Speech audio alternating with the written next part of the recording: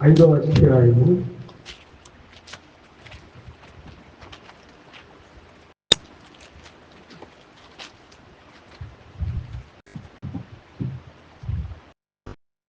13వ వచనం చదవండి. మరియు పాలు త్రాగు ప్రతివాడును శిశువే కనుక నీతి వాక్య విషయంలో అనుభవం లేనివాడై ఉన్నాడు. వయస్సు వచ్చిన వారు అభ్యాసము చేత మేలు కీడులను వివేచించుటకు సాధకము చేయబడిన జ్ఞానేంద్రియములు కలిగి ఉన్నారు కనుక బలమైన ఆహారము వారికే తగును. ఇక్కడ 13వ వచనం మరియు పాలు త్రాగు ప్రతివాడును శిశువే కనుక నీతి వాక్య విషయంలో పాలు తాగు ప్రతివాడు శిశువే. అంటే ఎలా ఉంటుందంటే దేవుళ్ళరా 5వ తరగతి దాకా ఎలిమెంట్ స్కూల్లో ఉంటుంది, చదువు ఉంటుంది. వాళ్ళకి మన పెద్ద విషయాలు చెప్పలేము. మనకి చెప్పిన వాళ్ళకి గ్రహించుకునే స్థితి తెలియదు, వాళ్ళకి అర్థం చేసుకునే వయసు కాదు. దాన్ని 5వ తరగతి దాకా ఎలిమెంట్ స్కూల్, అది పాలు తాగే స్థితి అనమాట. అంటే వాళ్ళు పెద్దగా మనం ఏదైనా ఉపదేశం చెప్పినా, రాకుడు గురించి చెప్పినా, ప్రకటన గ్రంథం చెప్పినా, లేకపోతే ఏదైనా విషయాలు చెప్పినా, ఏ మర్మాలు చెప్పినా అర్థం చేసుకోలేని స్థితి. అది ప్రాథమికమైన స్థితి. దేవుళ్ళగా ఆ స్థితిలో ఉన్న వాళ్ళకి ఏంటంటే ఆచారపరంగా ఉంటారు, ఎక్కువగా ఆచారపరంగా ఉంటారు. మనం ఏం చెప్పాము, ఇట్లా ఈ ఆచారాలు ఎక్కడ హిందూ నుంచి, రోమన్ క్యాథలిక్స్ నుంచి వచ్చిన ఆచారాలు. ఈ ఆచారం ప్రకారముగా బైబిల్లో ఎక్కడ 40 దినాలు నూతన నిబంధనలో క్రైస్తవులు ఉపవాసం ఉండమని ఎక్కడ రాయలేదు. యేసు ప్రభు 40 దినాలు ఉపవాసం ఉన్నాడు. ఎప్పుడున్నాడు? బాప్టిజం తీసుకున్న తర్వాత దేవుని పరిచర్యకి వెళ్లే ముందు పరిశుద్ధాత్మ శక్తి కొరకు 40 దినాలు ఉపవాసం చూస్తున్నాం. తర్వాత ఆయన ఎక్కడ ఉపవాసంలో లేడు. ఆయన తర్వాత శిష్యులు కూడా యేసు ప్రభు సిలువ వేయబడే ముందు 40 దినాలు ఎక్కడ యేసు ప్రభు ఉపవాసం లేదు, శిష్యులు కూడా ఉపవాసం లేదు. ఇంకా యేసు ప్రభు ఆయనకి సిలువ వేసే ముందు రోజు ప్రభు భోజనం ఇచ్చాడు వాళ్ళందరూ. హల్లెలూయా. అయితే చాలా మంది అంటే ఆత్మీయంగా ఎదగలేని బాలుడు ఉన్న వాళ్ళు, బాలుడు అంటే స్వతంత్రులు కాదు. అంటే నువ్వు ఒక రాజు కొడుకు అనుకో, నువ్వు రాజు కొడుకి రాజ్యానికంతా వారసుడు. కానీ నువ్వు బాలుడుగా ఉంటే దానికి, నువ్వు బాలుడుగా ఉంటే నువ్వు దాసుడితో సమానం. బాలుడు స్వతంత్రుడు కాదు. స్వతంత్రుడు ఎవరు? ఎదిగినవాడు. రాజు కొడుకు రాజు అంతా ఎరిగినప్పుడు ఈ రాజ్యం నా తండ్రిది, ఇది నాది అనుకుంటాడు. బాలుడైతే ఏమనుకుంటాడు? పక్కింటి వాళ్ళు వచ్చినా, వాళ్ళు వచ్చినా, వీళ్ళు వచ్చినా కానీ ఈ రాజ్యం విలువ తెలియదు వాళ్ళకి. ఈ రాజు నా తండ్రి విలువ తెలియదు, నా తండ్రి రాజ్యం విలువ తెలియదు, ఆ సింహాసనం తెలియదు. అందరూ వాటి అనుకుంటారు. ఎవరు?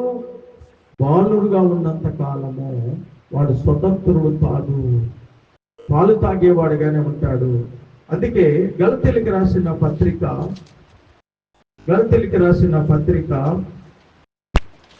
చూడండి, 3వ అధ్యాయము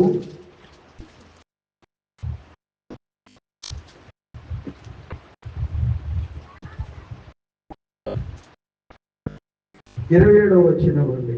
క్రీస్తులోనికి బాప్తిస్మం పొందిన మీరందరూ క్రీస్తును ధరించిపోయి ఉన్నారు. ఇందులో యూదుడని గ్రీసు దేశస్థుడని లేదు, దాసుడని స్వతంత్రుడని లేదు, పురుషుడని స్త్రీ అని లేదు, యేసుక్రీస్తునందు మీరందరూ ఏకముగా ఉన్నారు.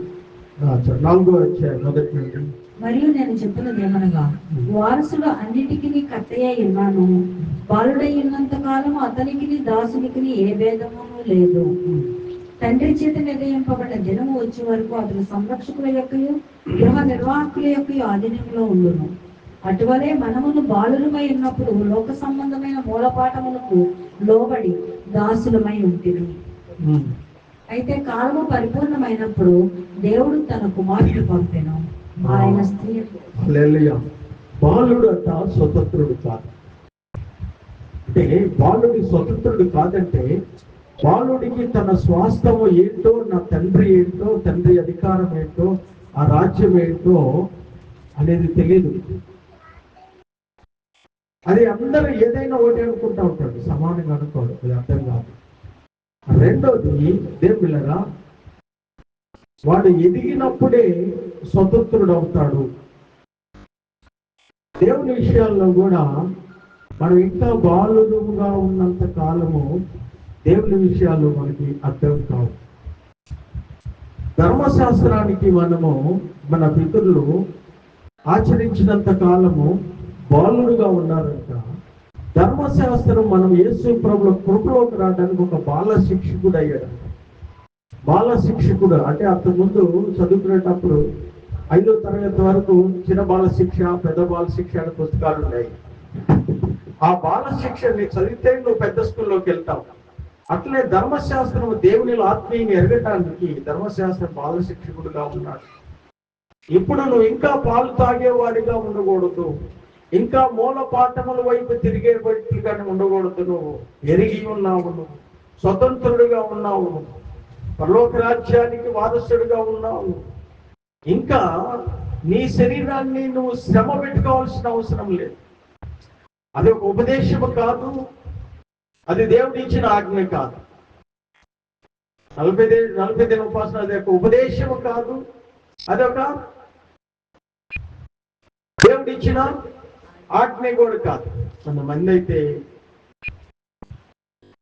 ఎంత అది నిష్ఠ అనే మాట హిందూస్ నుంచి వచ్చింది. నీసు తాకూడదు, అది చేయకూడదు, ఇది చేయకూడదు. ఇదంతా భౌతికమైన ట్రెడిషన్స్, భౌతికమైన ఆచారాలను బట్టి కొంతమంది దేవుని ఆరాధన చేస్తున్నారు.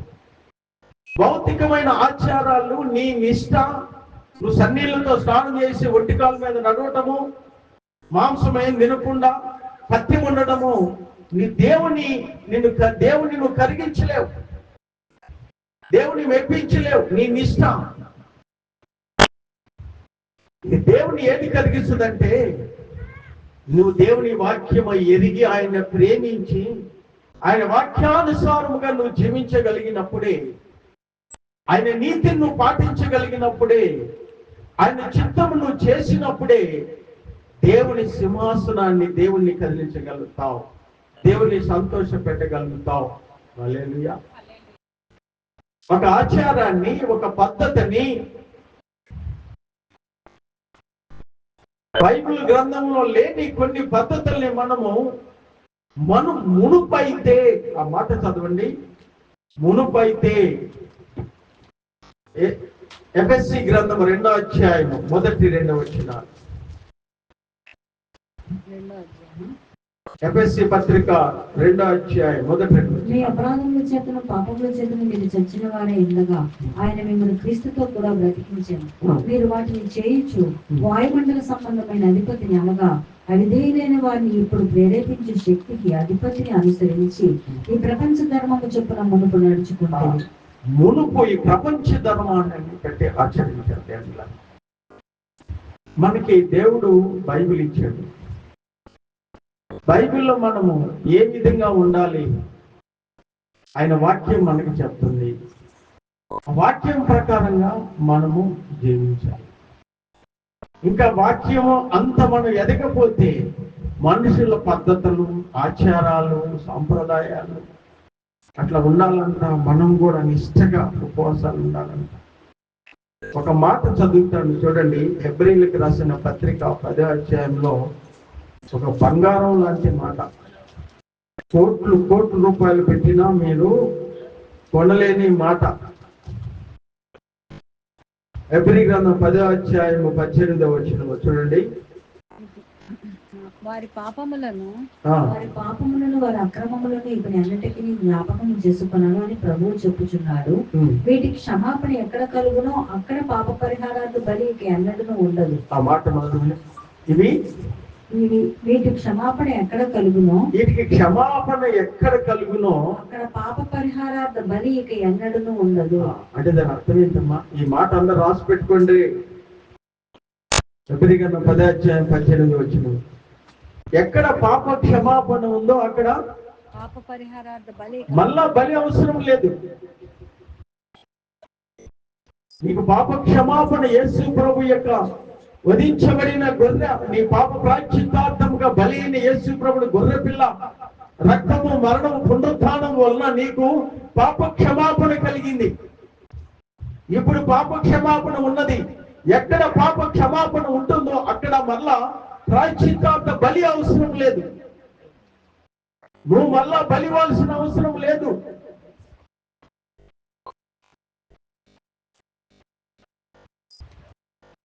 పాప క్షమాపణ దేవుడు లోకంలోని తీసుకొచ్చాడు. పాప క్షమాపణ అనుభవించలేని వారు ఇంకా వారు బలి ఇవ్వడానికి ఏదో వెతుకుతున్నారు. ఇంకా మోక్షము, పాపాలు క్షమించాలి, మోక్షము రావాలి అనుకునేవారు ఇంకా ఈ పాప క్షమాపణ తెలియని వారు ఇంకా ఎదుగుతున్నారు, తిరుగుతున్నారు, బలులు ఇస్తున్నారు, అర్పణలు ఇస్తున్నారు, నిష్ఠగా ఉంటున్నారు, సంగీలతో స్నానం చేస్తున్నారు, ఆకుకూర మొక్కలే తింటున్నారు, ఒంటికాల మీద నడుస్తున్నారు, జపాలు, తపాలు, ఎన్నెన్నో ఎన్నెన్నో ఎక్కడెక్కడ తిరుగుతున్నారు, ఏదేదో చేస్తున్నారు. దేవుళ్ళరా, దేవుని మాట స్పష్టంగా ఉన్నది. ఎక్కడ పాప క్షమాపణ ఉన్నదో అక్కడ మళ్ళా పాపానికి పరిహారార్థానికి మళ్ళా బలి అవసరం లేదు. నువ్వు బలి ఇవ్వాల్సిన అవసరం లేదు. నీ శరీరాన్ని నువ్వు మళ్ళా ఆయాసపరచుకోవాల్సిన అవసరం లేదు. నీకు ఒకవేళ భారం ఉంటే, నశించిపోతున్నా నీ చుట్టుపక్కల వారి కొరకు నువ్వు ఉపవాసం ఉండి మొరపెట్టు. నీ బిడ్డల కొరకు లేచి తొలిజామున లేచి వారి కొరకు నువ్వు మొరపెట్టు. నువ్వు దేవుని రాజ్యానికి వెళ్తావో లేదో, నీకు పాప క్షమాపణ నువ్వు పొందుకున్నావో లేదో, నీలో మనస్సాక్షి నిమ్మలమైన నిర్దోషమైన మనస్సాక్షి లేకపోతే నువ్వు దేవుని సన్నిధిలో అంగలార్చి ప్రార్థన చేసి నీ పాపాలు క్షమించబడ్డాయా లేవా ప్రభు అని దేవుని సన్నిధిలో ఉపవాసం ఉండి మొరపెట్టు. హల్లెలూయా. అంతేగాని లోక ధర్మాన్ని, లోక సాంప్రదాయాల్ని, లోక పద్ధతుల్ని ఇవన్నీ ఎవరు ఆచరిస్తారంటే ఇంకా చిన్న బాల శిక్షలో ఉన్నవారు, పాలు తాగేవారు, ఆత్మీయంగా ఎదగలేని వారు, ఆత్మీయంగా దాని విలువ తెలియని వారు ఇంకా మూల ఉపదేశముల వైపు ఏం చేస్తూ ఉంటారు? తిరుగుతూ ఉంటారు. మనం ఎదిగిన వారముగా ఉండాలి. ఆత్మలో నువ్వు ఎదగాలంటే ఏంటి? వాక్యమనే మంచిగా మన్నాని భుజించాలి. వాక్యం నిన్ను వెలిగిస్తుంది, ఎదిగేలా చేస్తుంది. వాక్యము నిన్ను ప్రభు స్వారూప్యంలోకి తీసుకొస్తుంది. వాక్యము నీకు దేవుడి దగ్గరున్న ఏంటి, నీ యొక్క హక్కు, దేవుడి దగ్గరున్న స్వతంత్రం ఏంటి, నా తండ్రి దగ్గర నుంచి నేను దేనికి వారసులను తెలుసుకునేలా దేవుని వాక్యము పరిశుద్ధాత్మ దేవునికి చేస్తాను. మీరు ఎదిగిన వారులాగానే ఉండాలి అని దేవుడు ఆశపడుతున్నాడు. ఇంకా మూల పాఠముల వైపు తిరగవద్దని చెప్తున్నాడు. దేవుడు ఏమొస్తుంది మనం భజన చేస్తే? దేవుడు ఏమంటాడు? దేవుడికి అది సంతోషం లేదు. దేవుణ్ణి మనం సంతోష పెట్టడము ఎప్పుడు పెడతామంటే ఆయన మనస్సు, ఆయన హృదయాన్ని తెలుసుకున్న వాడే సంతోష పెట్టగలుగుతాడు. తండ్రి చిత్తం చేసిన వాడే సంతోష పెడతాడు. యేసు ప్రభు అన్నాడు, మీకు చాలాసార్లు చెప్తాను, నా తండ్రి నన్ను ఎప్పుడు వదిలిపెట్టాడు అని. ఎందుకు వదిలిపెట్టంట? నేను ఆయనకి ఏది ఇష్టమో అదే చేస్తా, ఆయనకి ఏం కావాలంటే అదే వండి పెడతా. హల్లెలూయా. నేను కూడా అదే చేస్తున్నా. ఆయన బిడ్డలకు మీకు ఏం కావాలో అదే వండి పెడుతున్నా. శ్రేష్టమైన ఆహారాన్ని, మాంసాహారాన్ని. దేవుళ్ళరా, హల్లెలూయా. పీసోడ్లాగా చేయట్లేదే, పీసోడా పోడ్ అంటే ఉడితే పడే వాళ్ళకి చేయట్లేదు. ఈసోడు కాదు, గీసోడు కాదు. దేవుళ్ళరా, బలంగా బలవంతులైన వాళ్ళతోటి వాక్యం పెంచుతారండి. అడుగుతున్నాయి వాడు కూడా వాక్యంలో బలంగా ఉన్నాడు. సంసోన్లా కావాలరా, సింహాన్ని ఇట్లా మేక పిల్ల గోడకేసి పెట్టినట్టు కావాలి. అల్లెలు అట్లా అవుతారు ఇక్కడ యవన పిల్లలు. ఎంత ధన్యత మందిరంలో ప్రకటన గ్రంథం చెప్తుంటే అంటే ఏమనుకోవద్దు, నాకు ఎందుకు ఉదయం చెప్పాలని వచ్చింది. ముఖ్యంగా జనార్దన ఫ్యామిలీ నిశ్చి సంకీర్తన ప్రతి మీటింగ్ వచ్చింది ప్రకటన గ్రంథం. వాళ్ళకి ఏం అర్థం అవుతుంది తెలియదు, కానీ అంత ఆసక్తిగా వింటున్నాను. నేను అనుకున్నాను నిజంగా జనార్దన్ ధన్యుడు అనుకున్నాను. ఎందుకంటే చిన్న పిల్లల కాడి నుంచి నా పిల్లలు కూడా అట్లా దేవుని మందిరంలో వాక్యంలో పెరిగారు. దేవుని మందిరంలో దేవుడు ఒక స్టేజ్ వచ్చిందనుకో, ఇంటర్మీడియట్ డిగ్రీ వచ్చిందనుకో, ఇంకా మీకు ఈ మన్నా దొరకదు. ఏదో ఎప్పుడో వస్తుంది. ఇంత మన్నా మీకు దొరకదు. ఒక స్టేజ్ వస్తే 10వ తరగతి వచ్చే వరకే దేవుని బిళ్ళరా దేవుని పునాదుల్లో పెరిగేది. అక్కడే సాతాను దెబ్బ కొడుతున్నాడు. ఆదివారం పూట పిల్లలకి స్కూల్లో పెట్టేసి నాకు ఎంత బాధపడ్డాడంటే, నేను మంచిగా ఎదుగుతున్న పిల్లల్ని 10th క్లాస్ వాళ్ళని ఆదివారం పూట కంపల్సరీ చేసి సంవత్సరం పూట నా తండ్రి నుంచి దూరం చేసేవాళ్ళు, వాక్యం నుంచి దూరం చేశాడు. మనం ఏం చేయలేము. అట్లా ఎంతో ప్రార్థన చేశాను, ప్రభు ఆదివారం పూట పిల్లలకి.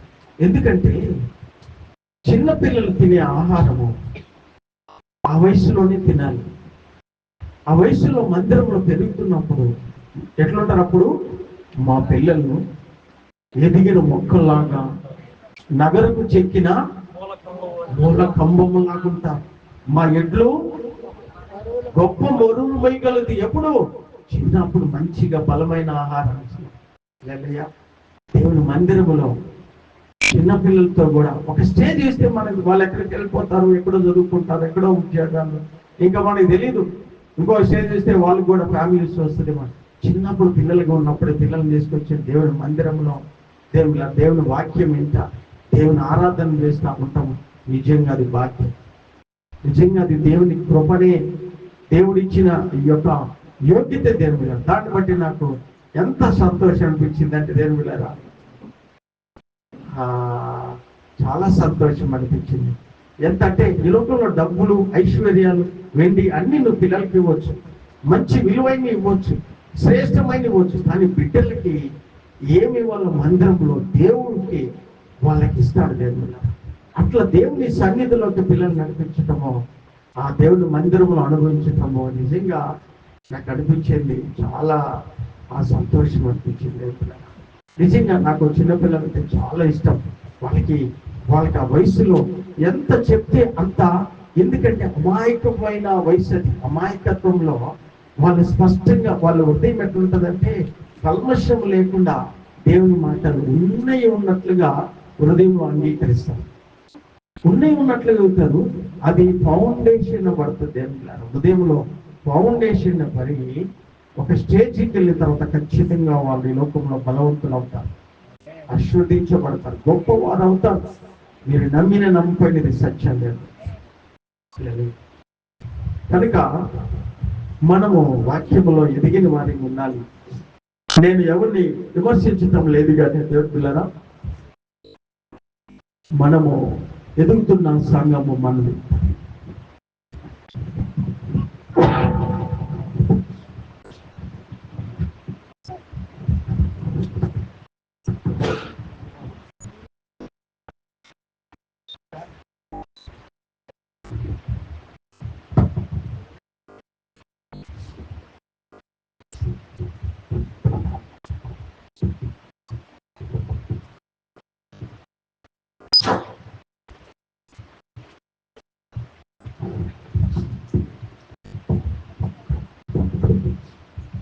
ప్రకటన గ్రంథము బోధిస్తుంటే నిజంగా మీకు తెలియదు, కానీ చాలా పోరాటం. నేను ఏదో కష్టం పడుతున్నాను, ఇబ్బంది పడుతున్నాను, ఆ పోరాటం ఏదో నేను చేస్తున్నాను. నేను పడి సంపాదించి మీకు ఆహారం ఇవ్వటానికి నేను ఆశపడుతున్నాను. మీరు దాంట్లో పని చేసుకోండి, పగలంతా పని చేసుకోండి, రాత్రి పూట దేవుని మాటలు వినడానికి రండి. మీకు దేవుని లేదా ఉపదేశం ఉచితంగా రాకడ సమయాల్లో బోధిస్తున్నప్పుడు నేనైతే దేవులారా హైదరాబాద్ లో పెంతెకోస్తల్ చర్చిలోకి వెళ్ళిన. బాప్టిస్ట్ చర్చిలో ఉన్నంత కాలము మొత్తం మాది సినిమాల గ్యాంగే ఉండేది, అన్నిటికీ మొత్తము అన్ని రకాలుగా. కానీ పెంతెకోస్తల్కి వెళ్ళిన తర్వాత ప్రతి మీటింగ్ కి దూరము 60 కిలోమీటర్లు కూడా మోటార్ సైకిల్ మీద పిల్లల్ని వేసుకొని అంత దూరం వెళ్ళి వచ్చేవాడు. ప్రతిరోజు వారము మిస్సి ఆంటీ గారు మీటింగ్లు పెడితే ఆల్మోస్ట్ ప్రతిరోజు గృహ కుడికలు ఉండేది. ఆఫీస్ నుంచి రావడం, పిల్లలు తీసుకోవడము, వెళ్ళిపోవడం. కుటుంబ సహితంగా కొన్ని సంవత్సరాలు వెళ్ళాము. ఎందుకు వెళ్తున్నామో ఏమో తెలియదు. అప్పుడప్పుడే ఈ తప్పని ఎప్పుడు ఉంటుంది, కొత్తగా దేవుళ్ళలోకి వచ్చినప్పుడు ఉంటుంది. అట్లా మంచిగా పిల్లల్ని 10వ తరగతి వచ్చే వరకు దేవుళ్ళ మందిరంలో మంచిగా ఆంటీ గారు కూడా ప్రకటన గ్రంథం గురించి ఎక్కువ ఉపదేశం చేసేవాళ్ళు. పాత నిబంధన, కొత్త నిబంధన ఎక్కువ అక్కడ మనల్ని బుజ్జగించినట్లు చాలా కఠినమైన ఉపదేశం చేసేవాళ్ళు. అండి ఎప్పుడు కొట్టినట్లే ఉండేది. నేనే చాలాసార్లు ఎదురు తిరిగాను, కొట్టినట్లుగా ఉపదేశం చేశాను. తర్వాత నేను తప్పని తెలుసుకున్నాను. దేవుళ్ళారా, అంత మంచిగా ఆడు ఉండే. దేవుళ్ళారా, ఎక్కడైనా కఠినంగా ఉపదేశం శిక్ష ఉంటుందో అక్కడ సాధకం ఉంటుంది. దేవుళ్ళారా, నీకు సాధన చేసినప్పుడే నువ్వు ఎదుగుతావు. వాక్యంలో సాధన చేయాలి, నేర్చుకునే వారిగా ఉండాలి వాక్యంలో. అందుకే అందరూ పరిశుద్ధాత్మ పొందుకోవాలి అంటున్నాను. నేనే కాదు, భాషలో మీరు కూడా భాషలో మాట్లాడాలి. పరిశుద్ధాత్మ ఫలాలు పొందుకోవాలి, వరాలు పొందుకోవాలి, భాషల్లో మాట్లాడాలి, ప్రవచనాలు చెప్పాలి. అటువంటి ఆత్మ ఇక్కడ యెహోవా ఆత్మ పనిచేస్తున్నది మందిరంలో. మనం కష్టమే పనులు చేసినప్పుడు నిద్ర వచ్చేస్తుంది రాత్రిపూట. కానీ దేవుని కొరకు మనము శక్తి ఉన్నంత వరకు మనం పరిగెత్తగలగాలి. బలం ఉన్నంత వరకు దేవుని సన్నిధిలో దేవుని కొరకు నాకేదో ఇస్తే ఏదో చేస్తే అనేది కాదు. నా తండ్రి పనిలో నాకు నిజంగా ఈరోజు ఇశ్రాయేల్ యుద్ధంలో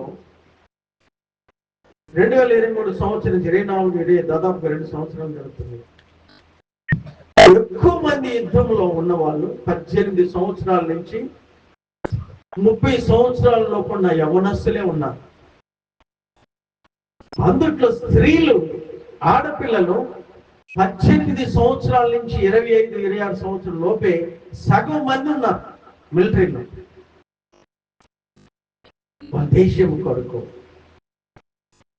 యుద్ధం అంటే ఏంటి? దేవుని గారు అక్కడ ఎంతమంది స్త్రీలు చనిపోయారు, ఎంతమంది చనిపోయారు. వాళ్ళు చనిపోతున్నా వాళ్ళ దేశంలో ప్రజలు రక్షించడానికి యూదుల్లో అటువంటి ఏమంటారంటే దాన్ని రోషము కలిగిన ఆత్మ ఉంటారు. అదే అబ్రహాం నుంచి వచ్చింది. వాళ్ళు అంటే యవ్వనస్తులు దేవుల్లో బలముగా పనిచేయగలుగుతారు. ఒకవేళ వయసు పెద్దదైనా దేవుడు వాగ్దానం చేశాడు, నీకు పక్షిరాజు లాంటి ఆ యవ్వన బలాన్ని దేవుడు ఇస్తానంటున్నాడు. వృద్ధాప్యంలో కూడా కాలేబు ఏమంటున్నాడు? ఇప్పుడు నాకు 85 సంవత్సరాలు. మోషే నన్ను యెహోషువని నన్ను హెబ్రోను ప్రాంతానికి అనగా పాలస్తీనా దేశానికి మనల్ని గూఢచారులుగా పంపించాడు. అప్పుడు నా వయసు 40 సంవత్సరాలు, ఇప్పుడు నా వయసు 85 సంవత్సరాలు.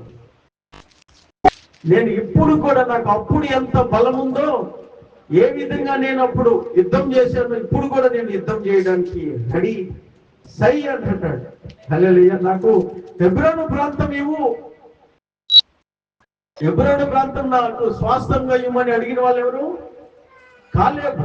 హెబ్రోను ప్రాంతంలో ఎవరున్నారు? ఇశ్రాయేలు వెళ్ళక ముందు ఆనాకీ వంశస్థులు ఉన్నారు.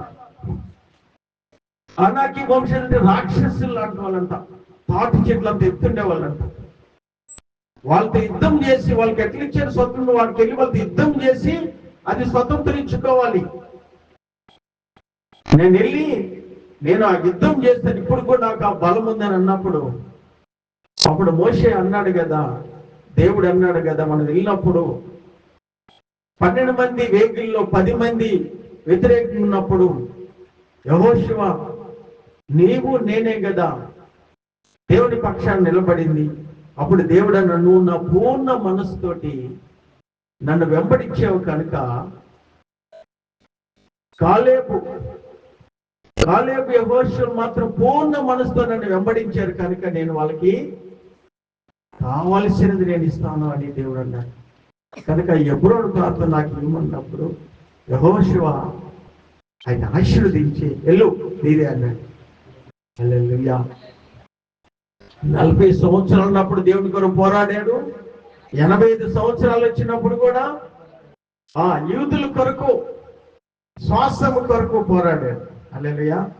అట్లా మనము దేవుని బిడ్డలారా ముసలోళ్ళం కాకూడదు. మనం వయసు మనల్ని ముసలితనం చేయకూడదు. దేవుని బిడ్డలారా ఆయన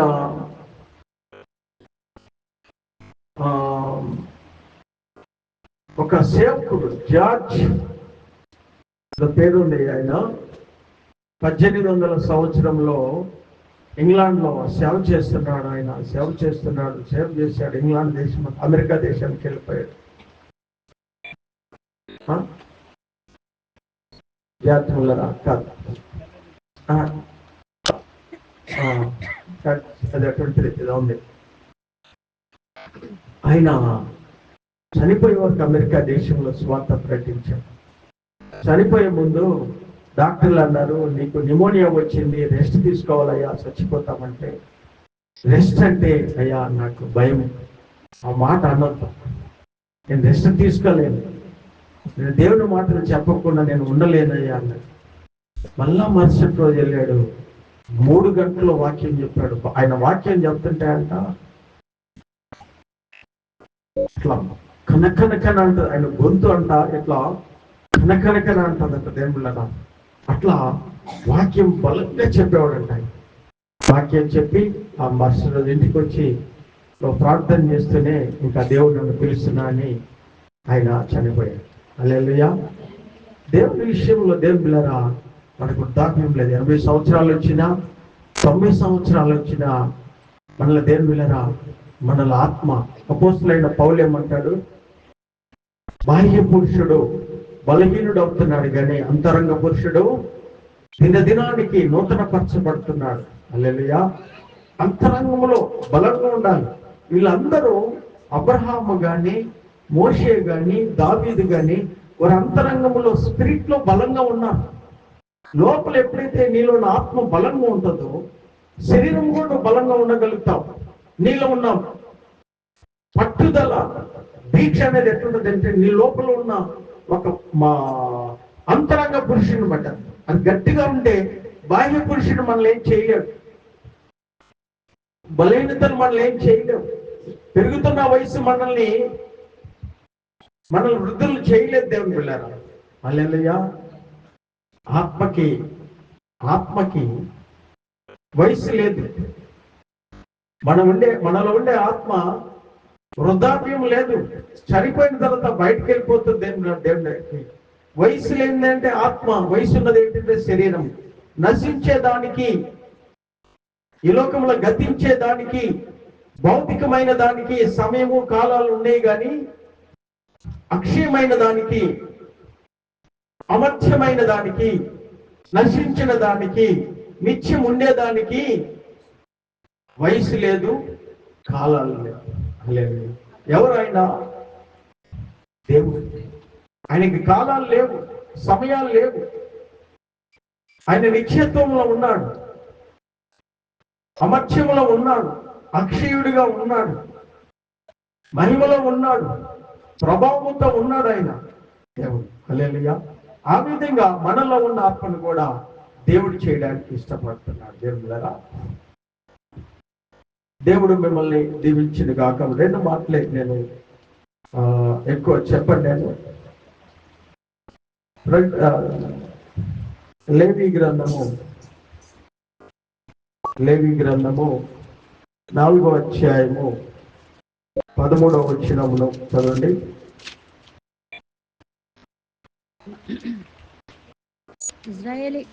ఇజ్రాయేలీల సమాజమంతయు పొరపాటున ఏ తప్పిదము చేసి యెహోవా ఆజ్ఞలన్నిటిలో దేనినైనను మీరి చేయరాని పని చేసి అపరాధులైన యెడల వారు ఆ ఆజ్ఞకు విరోధముగా చేసిన ఆ పాపము తమకు తెలియబడినప్పుడు సంఘము పాప పరిహారార్థ బలిగా ఒక కోడెదూడను అర్పించి ప్రత్యక్షపు గుడారం యొక్క ద్వారమునకు దానిని తీసుకొని రావాలని.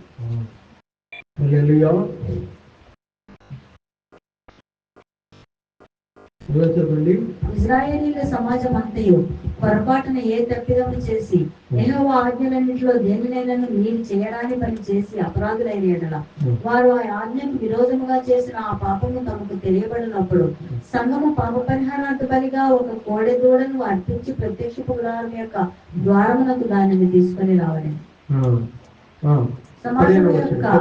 సమాజం యొక్క పెద్దలు యెహోవా సన్నిధిని ఆ గోడ మీద తమ చేతులిచ్చిన తర్వాత యెహోవా సన్నిధిని ఆ కోడెదూడను వధింపవలెను.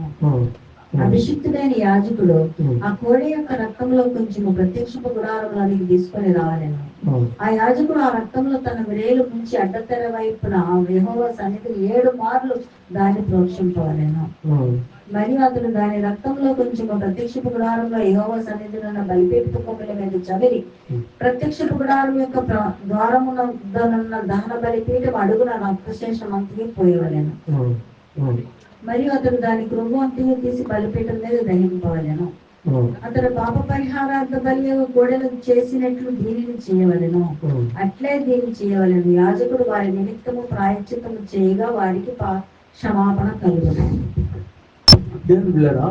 పాత నిబంధన బలులు అర్పణలు ఇప్పుడు లేవు, కానీ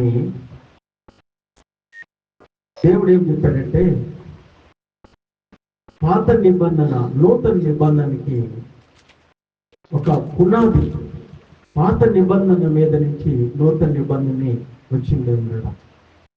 పాత నిబంధన ఒక మనిషికి వెన్నెముక లాంటిది.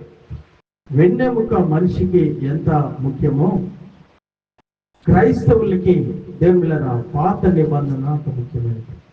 ఇప్పుడు మనకి రిలవెన్స్ ఏంటంటే మనం ఆచరించవలసింది, మనకి పరలోకానికి వెళ్ళడానికి ఇచ్చిన ఉపదేశం యేసు ప్రభు ఏంటంటే నూతన నిబంధన. నూతన నిబంధనలో కృప ఉన్నది, నూతన నిబంధనలో పాప క్షమాపణ ఉన్నది, కృప ఉన్నది. కనుక మళ్ళా బలి లేదు, పాప క్షమాపణ ఉన్నది, కృప ఉన్నది. కనుక మళ్ళా బలి లేదు.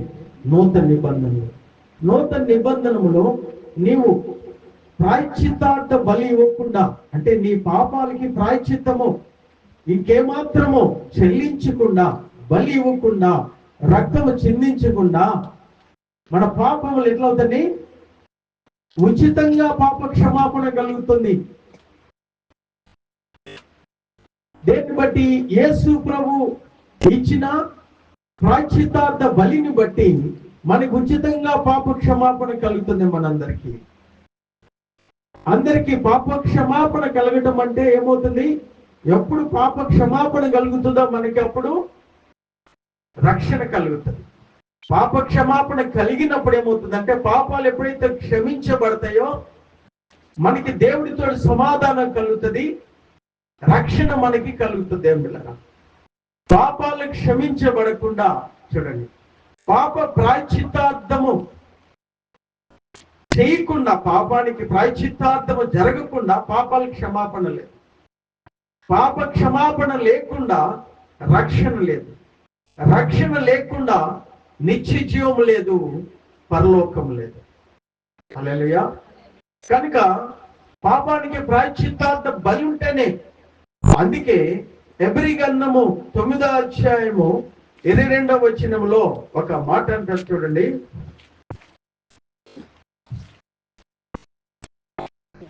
హెబ్రీ గ్రంథం 9వ అధ్యాయము 22వ వచనం.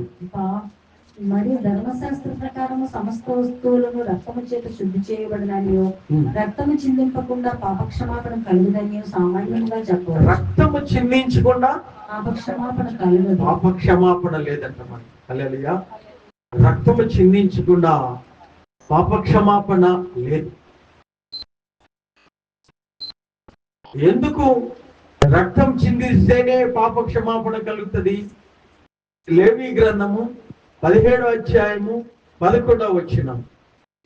లేవి గ్రంథము 17వ అధ్యాయము 11వ వచనం. రక్తము దేహమునకు ప్రాణము. మీ నిమిత్తము ప్రాయశ్చిత్తము చేయనట్లుగా బలిపీఠం మీద పోయిటకై దానిని మీకు ఇచ్చితిని. హల్లెలూయా. అంటే రక్తం అంటే ఏంటి? ప్రాణం. దేహానికి ప్రాణం. రక్తము లేకపోతే ప్రాణం లేదు. రక్తములో ప్రాణం ఉందంట. అది మన నిమిత్తము ప్రాయశ్చిత్తము బలిపీఠం మీద రక్తము పోయటానికి, అంటే ప్రాణము పోయడానికి. ప్రాణము పోయకుండానే పాపానికి ప్రాయశ్చిత్తం లేదు. అందుకే ఒక చోట అంటాడు, ప్రాణము అటు పోసినప్పుడే ఆ రక్తములో ప్రాణం ఉన్నది కనుక రక్తము బలిపీఠం మీద పోసినప్పుడే పాపాలకు ప్రాయశ్చిత్తార్థం కలుగుతుంది కనుక ఈ ప్రాణము, ఏ ప్రాణము? ఎడ్లు, కోడెలు, పొట్టేళ్ళు యొక్క రక్తము. ఆ రక్తంలో కూడా ప్రాణం ఉంది. కానీ ఆ రక్తంతో మనకి సంపూర్ణమైన పాప క్షమాపణ రావట్లేదు. ఇది సౌండ్ కొద్ది పెంచాలి. అందుకే దేవుడు ఏం చేశాడు చూడండి. హెబ్రీ గ్రంథము 9వ అధ్యాయము 14వ వచనం. నిత్యుడగు ఆత్మ ద్వారా తను తాను దేవునికి నిర్దోషినిగా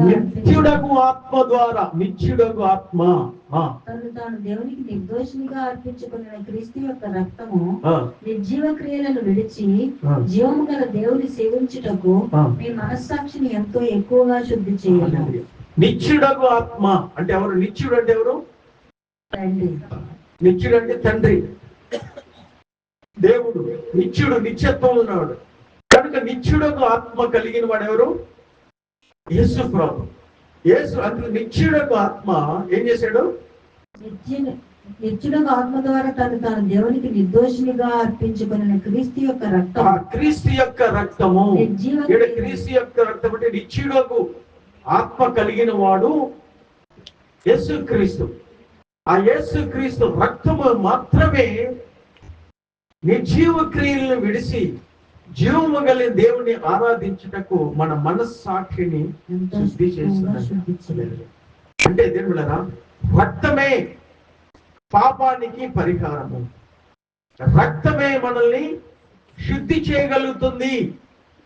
రక్తము చిందించకుండా పాప క్షమాపణ లేదు. రక్తము యోహాను పత్రిక 1వ అధ్యాయము 7వ వచనం 9వ వచనం ప్రకారముగా మనం పాపములు తండ్రి దగ్గర ఒప్పుకున్నప్పుడు ఆయన నమ్మకమైన వాడు, సత్యవంతుడు కనుక ఆయన కుమారుడైన యేసు క్రీస్తు ద్వారా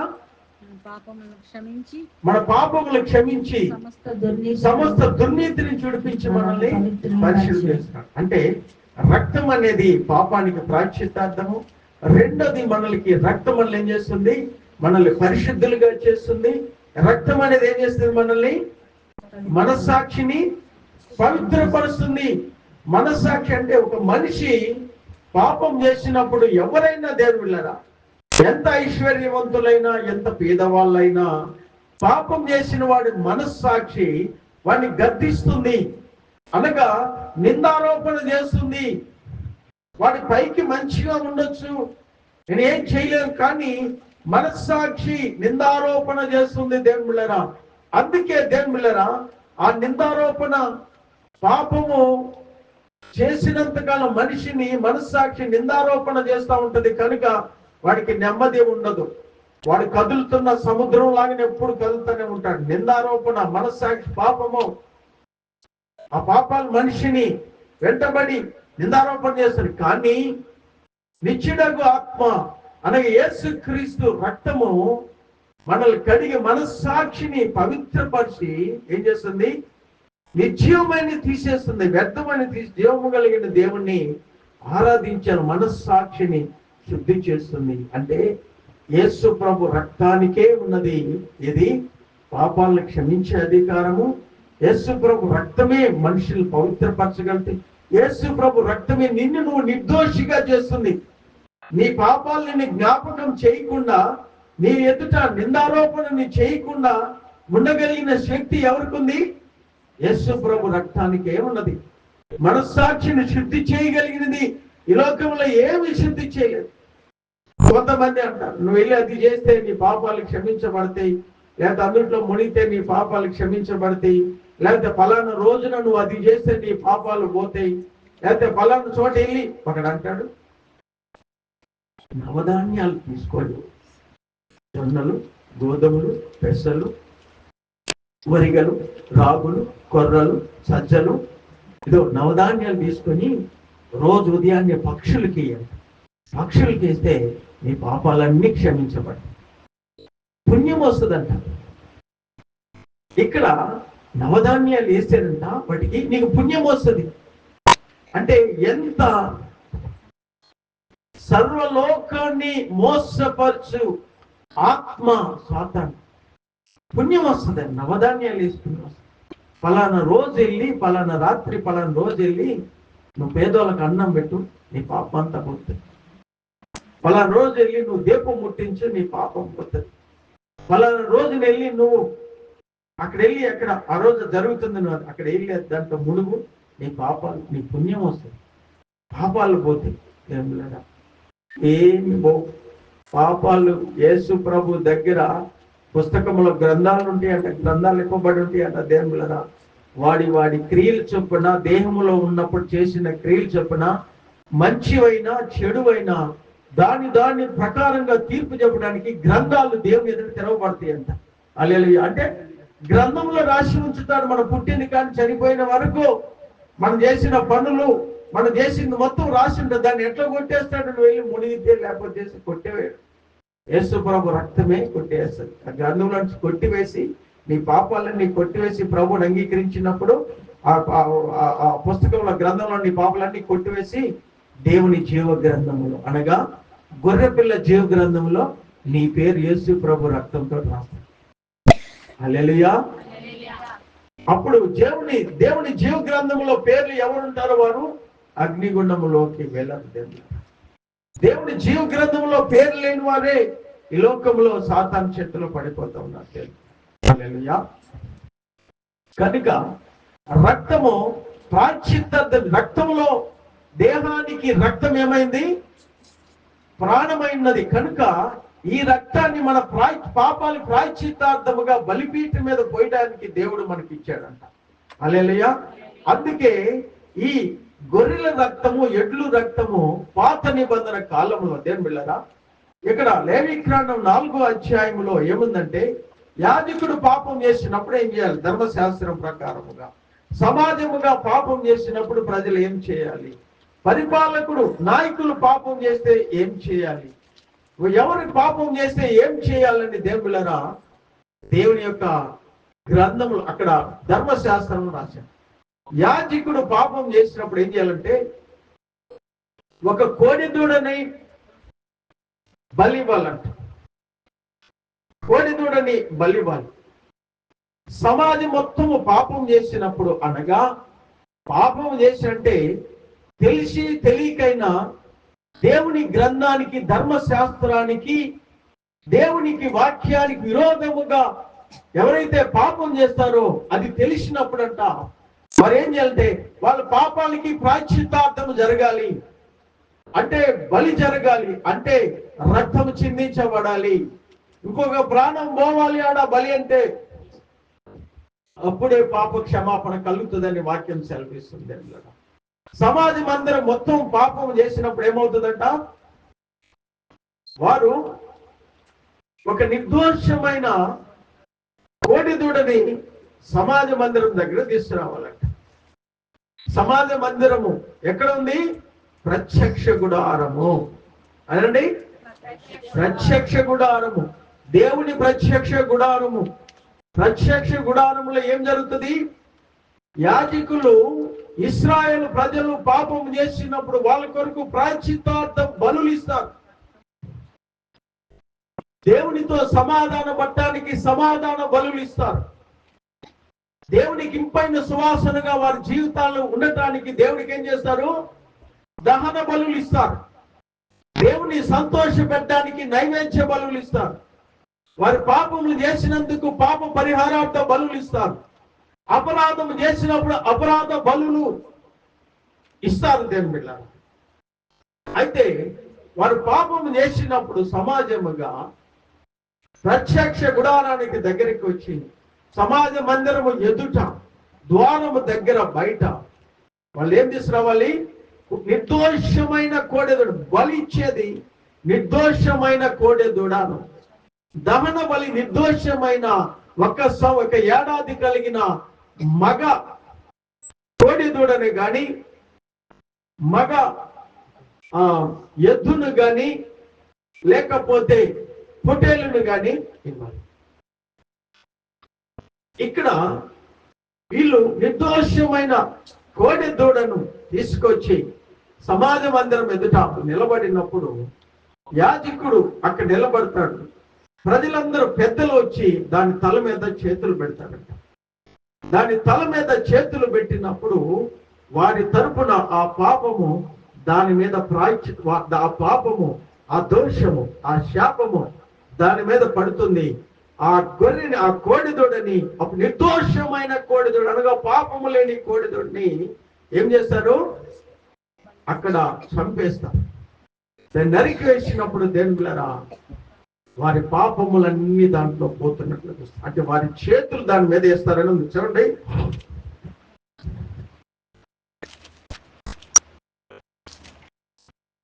లేవి గ్రంథము 1వ అధ్యాయం 4వ అధ్యాయం 15వ వచనం.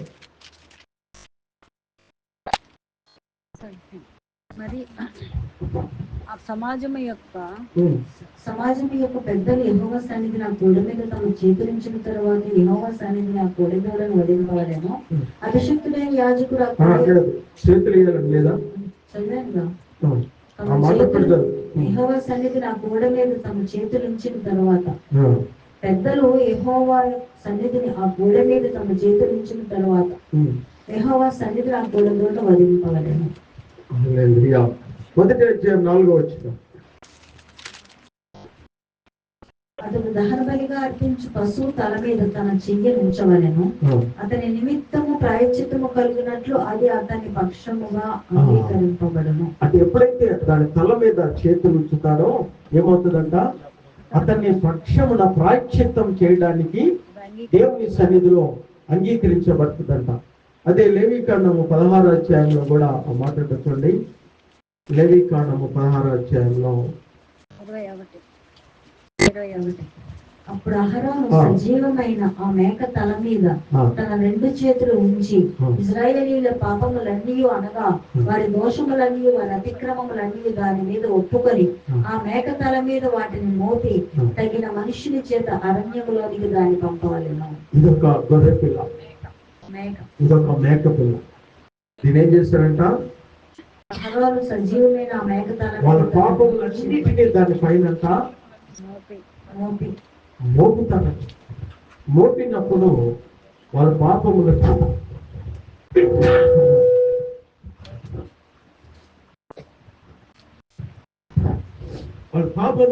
ఏమవుతాయంటే దాని మీదకి వెళ్ళిపోతాయంట. ఆయన అదే యెషయా గ్రంథం 53వ అధ్యాయము 6వ వచనం చదవండి. యెషయా గ్రంథం 53వ అధ్యాయము 6వ వచనము 10వ వచనం. మనమందరము గొర్రెల వలె ద్రోవ తప్పిపోతుంది, మనలో ప్రతివాడు తనకి ఇష్టమైన ద్రోవకు తొలిగెను. యెహోవా మన అందరి దోషములు అతని మీద మోపెను. అర్థమైందా? పాత నిబంధనలో యాజకులు పాపం చేసిన, సమాజం పాపం చేసిన ఏమిస్తారు? బలి ఇస్తారు. ప్రాయశ్చిత్తార్థం, పాపానికి ప్రాయశ్చిత్తార్థం చేయాలి. ఎవరు ప్రాయశ్చిత్తార్థం చేస్తారు? యాజకుడు చేస్తాడని లేవీకాండం 4వ అధ్యాయం 21వ వచనం చూడండి.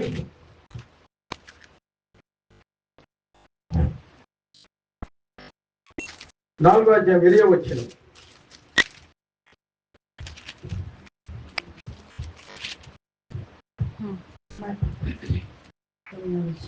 అతడు పాప పరిహారార్థ బలి యొక్క గొడవలు చేసినట్లు దీన్ని చేయవలెను, అట్లే దీన్ని చేయవలెను. యాజకుడు వారి నిమిత్తము ప్రాయశ్చిత్తము చేయగా వారికి క్షమాపణ కలుగును. ఇక్కడ చూడండి, యాజకుడు వారి పక్షాన వారి పాపాలకి ప్రాయశ్చిత్తం చేసినప్పుడు ఏమవుతుంది?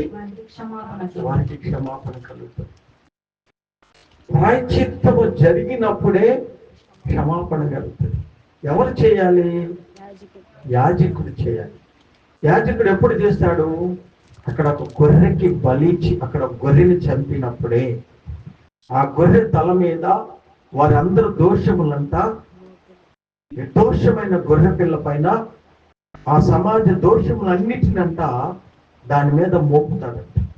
ఆ గొర్రె తల మీదంట మీరు చేతులు పెట్టినప్పుడు ఏమవుతుందంటే వీళ్ళ పాప క్షమాపణ నిమిత్తము ఆ బలి పశువుగా అది అంగీకరించబడుతుంది. ఇప్పుడు చెప్పాను నేను. అయితే మళ్ళీ యెషయా గ్రంథం 53 అధ్యాయం 6వ వచనం, మనమందరము గొర్రెల వలె ద్రోవ తప్పిపోతుంది, మనలో ప్రతివాడము తనకి ఇష్టమైన ద్రోవను తొలగిను, యెహోవా మన అందరి దోషమును అతని మీద మోపెను. ఇక్కడ మన దోషములు ఎవరి మీద మోపుతున్నారు? ఎవరు మోపుతున్నారు? తండ్రి. ఇక్కడ యాజకుడిగా ఎవరు కనిపిస్తున్నారు? తండ్రి అయిన దేవుడు యాజకత్వం చేస్తున్నాడు, బలిస్తున్నాడు. ఆయనంట చదవండి 10వ వచనం, అతని నలుగుగొట్టుటకు యెహోవాకు ఇష్టమాయెను. నంబర్ 1, ఆయన నలుగుగొట్టడము యెహోవాకు ఇష్టమైంది. ఇంకా ఆయన అతనికి వ్యాధిని కలుగు చేసెను, అతడు తనకు తానే అపరాధ పరిహారార్థ బలి చేయగా అతని సంతానము చూచి ఆయన తనకు తానే ఏం చేశాడు? అపరాధ బలిగా అర్పించుకున్నాడు. ఒకటి, అందరి దోషము యెహోవా ఆయన మీద మోపాడు. రెండోది, ఆయన కుమారుని మీద ఆయన నలుగుగొట్టడము ఆయనకి ఇష్టమైంది. మూడోది ఏమైంది? ఆయనే అందరు అపరాధముల కొరకు అపరాధ బలిగా, ఆయనే అపరాధ బలిగా అయ్యాడు. ఇప్పుడు అందరి పాపములు, అందరు దోషములు దేవునిలరా అంటే ఎంత బలియాగము, పాప ప్రాయశ్చిత్తార్థ బలియాగము ఈ లోకంలో జరిగిందంటే, కొంతమంది బలులు ఇస్తారు, వారి కుటుంబాల కొరకు బలులు ఇస్తారు, వాళ్ళ బంధువుల కొరకు ఇస్తారు, వాళ్ళ కొరకు ఇస్తారు, వాళ్ళ గ్రామం కొరకు బలు ఇస్తారు. ఏం బలు ఇస్తారు? ఎడ్లు, కోడిదొడ్లు, గొర్రెలు ఇస్తారు. అది ఎడ్లు రక్తము, పశువుల రక్తము. హెబ్రీ గ్రంథము చూడండి 9వ అధ్యాయం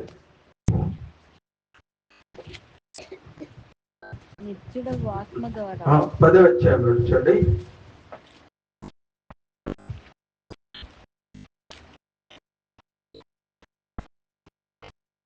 నాలుగో వచనం, 14.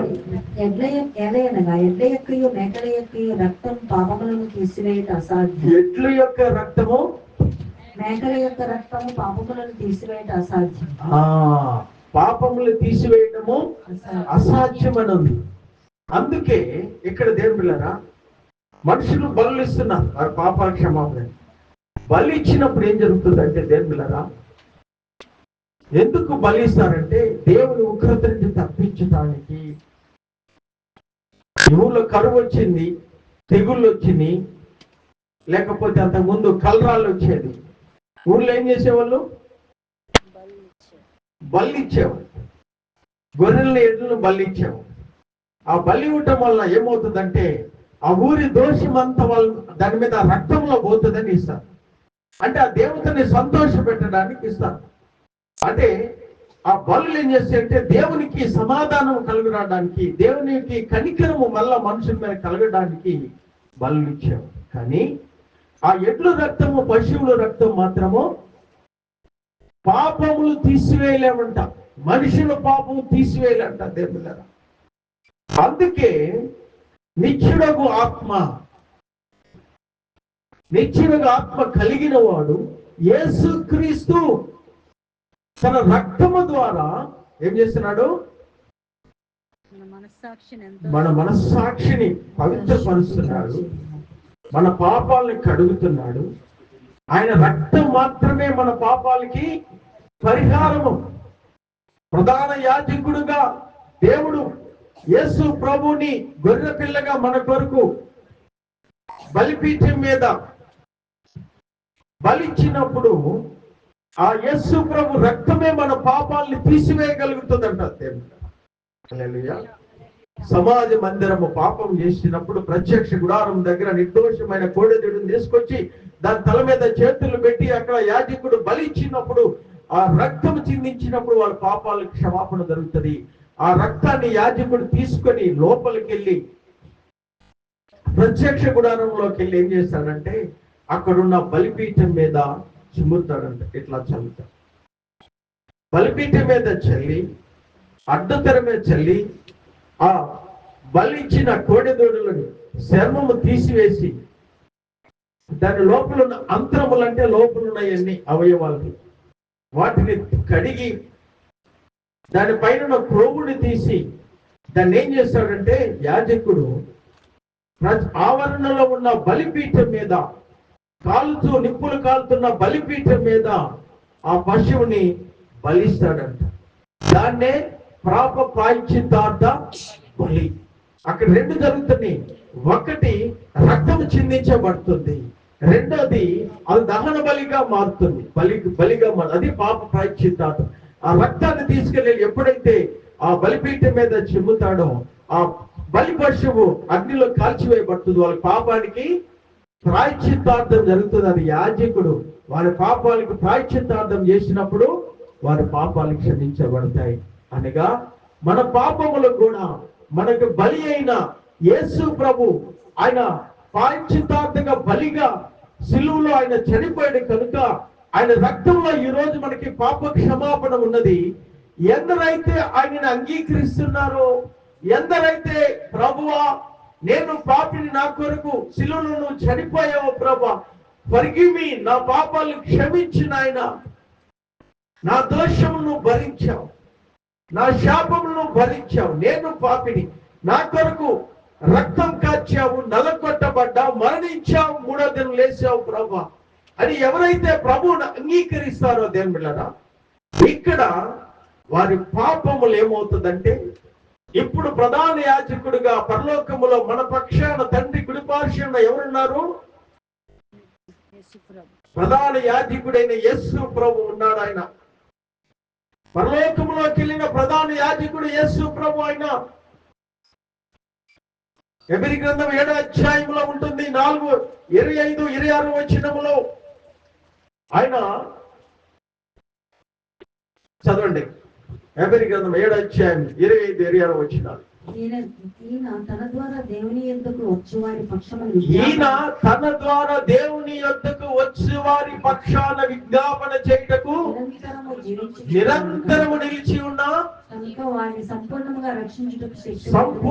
రక్షించుటకు శక్తి కలిగిన వాడు, పవిత్రుడును నిర్దోషియును నిష్కల్మషుడును పాపులలో చేరని వాడు, ఆకాశ మండలంలోకి వెళ్ళిన వాడు, మిక్కిలి హెచ్చైన వాడైనా మనకి ఒక ప్రధాన యాజకుడు. ఆయన ఎవరు? నజరేయుడైన యేసుక్రీస్తు.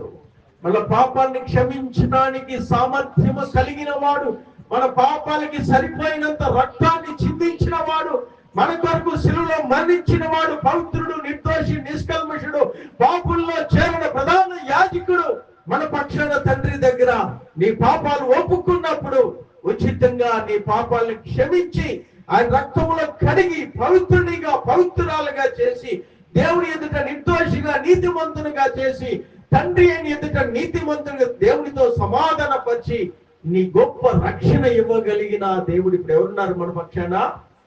యేసు, నజరేయుడైన యేసు, ప్రధాన యాజకుడు. అబ్బా, ఆయనంట పవిత్రుడు, నిర్దోషి, నిష్కల్మషుడు, పాపుల్లో చేరని వాడు. ఎవరున్నారయ్యా ఈ లోకంలో? చెప్పబడే గనులు ఎవరున్నారు? పాపుల్లో కలవని వాడు ఎవరు? పవిత్రుడు ఎవరు? నిర్దోషి, నిష్కల్మషుడు. ఒక చోట ఉంది యేసు ప్రభు అంట, నీతిమంతుడు, అనించుడు, కల్మషం లేనివాడు. 1 పేతురు పత్రిక 2వ అధ్యాయం 20వ వచనంలో ఉంటుందమ్మా, చదవండి. 2వ అధ్యాయము 21వ వచనం. క్రీస్తు కూడా మీ కొరకు బాధపడి మీరు అతను అడుగుజాడయందు నడుచుకున్నట్లు మీకు మాదిరి ఎంచిపోయాను. ఆయన పాపము చేయలేదు, ఆయన నోట ఏ కపటము కనబడలేదు, ఆయన ఆయన పాపము చేయలేదు, ఇంకా ఆయన నోట ఏ కపటము ఆయన నోట ఏ కపటము లేదు, ఆయన దూషింపబడి బదులు దూషింపలేదు. ఇక్కడ పాపము లేనివాడు, నోట కపటము లేనివాడు, అనింజుడు, నిష్కల్మషమైన వాడు. ఎవరైనా భూమి మీద యేసు ప్రభు తప్ప ఇంకెవరైనా ఉన్నారా? ఉంటే ఖచ్చితంగా వారు పరలోకానికి మనల్ని తీసుకెళ్ళగలుగుతారు. వాళ్ళు బతికే రోత, పాపము, పెళ్లిళ్ళు, వాళ్ళు కూడా మనుషుల్లాగానే అక్రమమైన సంబంధాలు, అక్రమంగా కనడము, భయంకరమైన పాపము. ఎక్కడ పవిత్రత? ఎక్కడ నిష్కల్మషులు? వాళ్ళు ఎవరు ఉన్నారు? నిష్కల్మషులు, నిర్దోషి, పరిశుద్ధుడు, ఏ కపటము లేనివాడు. హల్లెలూయా! అంత గొప్పవాడు ఎవరున్నారమ్మా? ఎవరైనా ఉన్నారా? చెప్పండి. ఉంటే ఖచ్చితంగా ఆయన ద్వారా మనం పరలోకానికి వెళ్ళొచ్చు. లేదు, మొట్టమొదటిగా మానవులందరి పాపము కొరకు బలైన వాడు, బలి ఇవ్వటానికి యోగ్యుడైన వాడు, ఈ మనుషులందరి పాపము కొరకు ప్రాయశ్చిత్తార్థంగా చనిపోవటానికి కలిగిన పరిశుద్ధుడు ఎవరైనా ఉన్నారా? ఆయనంట ఎలా ఉన్నాడంటే, కషాయి వాణి దగ్గర, అనగా బొచ్చు కత్తిరించి వాణి దగ్గర గొర్రె పిల్ల మౌనముగా నోరు తెరవకుండా ఉన్నట్లుగా మనందరి అపరాధములు పక్షాన, మనందరి పాపములు, శాపములు కొరకు బలి కావటానికి ఒక గొర్రె పిల్లలాగా, కషాయవాణి ఎదుట గొర్రె పిల్లగా నోరు తెరవకుండా మౌనముగా ఉండినవాడు యేసు ప్రభు ఒక్కడే.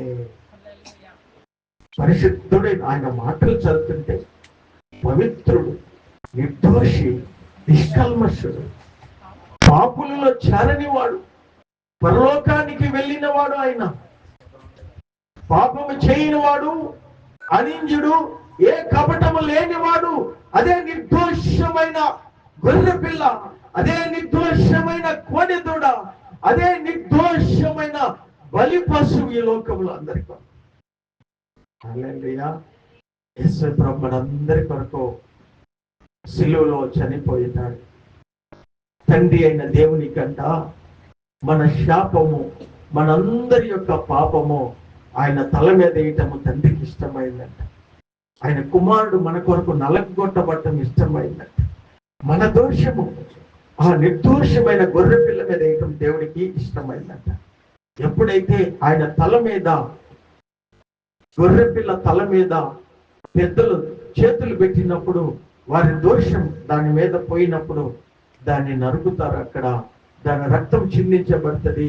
ఆ రక్తం తీసుకెళ్లి పరిశుద్ధ స్థలములో ప్రోక్షాళన చేసి ఆ వధించబడిన గొర్రె పిల్ల గాని, వధించబడిన బలి పశువుని చర్మం తీసి లోపల కండరాలను, అవయాలను కడిగి బలిపీఠం మీద, నిప్పుల మీద కాల్చినప్పుడు దేవుడికి ఇష్టమైన బలి, దహన బలి జరిగినప్పుడే పాప క్షమాపణ కలుగుతుంది. అమ్మా, ఉచితంగానే మన పాపముల కొరకు దేవుడు యేసు ప్రభుని గొర్రెపిల్లగా బలిచ్చాడు. రక్షణ ఉచితం, నీ కష్టం ఏమీ లేదు. ఉచితంగా ఈ సత్యాన్ని నువ్వు తెలుసుకుంటే ఎంత మంచిది. నేను పాపిని, ఆయన పరిశుద్ధుడు, నీతిమంతుడు, నిష్కల్మషుడు, కల్మషము లేనివాడు. నా శాపములు, నా పాపములు మోసి నా కొరకు మరణించి, నా కొరకు రక్తం చిందించి, నన్ను పరిశుద్ధునిగా చేసి దేవుని ఎదుట నీతిమంతుడిగా చేయడానికి నా కొరకు చనిపోయి లేసిన యేసు ప్రభు అని నువ్వు నమ్మి అంగీకరించటమే నీ ఆత్మకి విడుదల, నిత్యమైన విడుదల, నిత్య బంధకాల నుంచి విడుదల, శాపం నుంచి విడుదల, పాతాళం నుంచి విడుదల, దైవ ఉగ్రత నుంచి విడుదల, దేవుని తీర్పు నుంచి విడుదల. నేను నిర్దోషిగా, నీతిమంతుడిగా, పరిశుద్ధుడిగా చేసి దేవునితో సమాధాన పరచడానికి యేసు ప్రభు నీ కొరకు గొర్రెపిల్లగా బలయ్యాడు. హల్లెలూయా. ప్రార్థన చేసుకుందాం.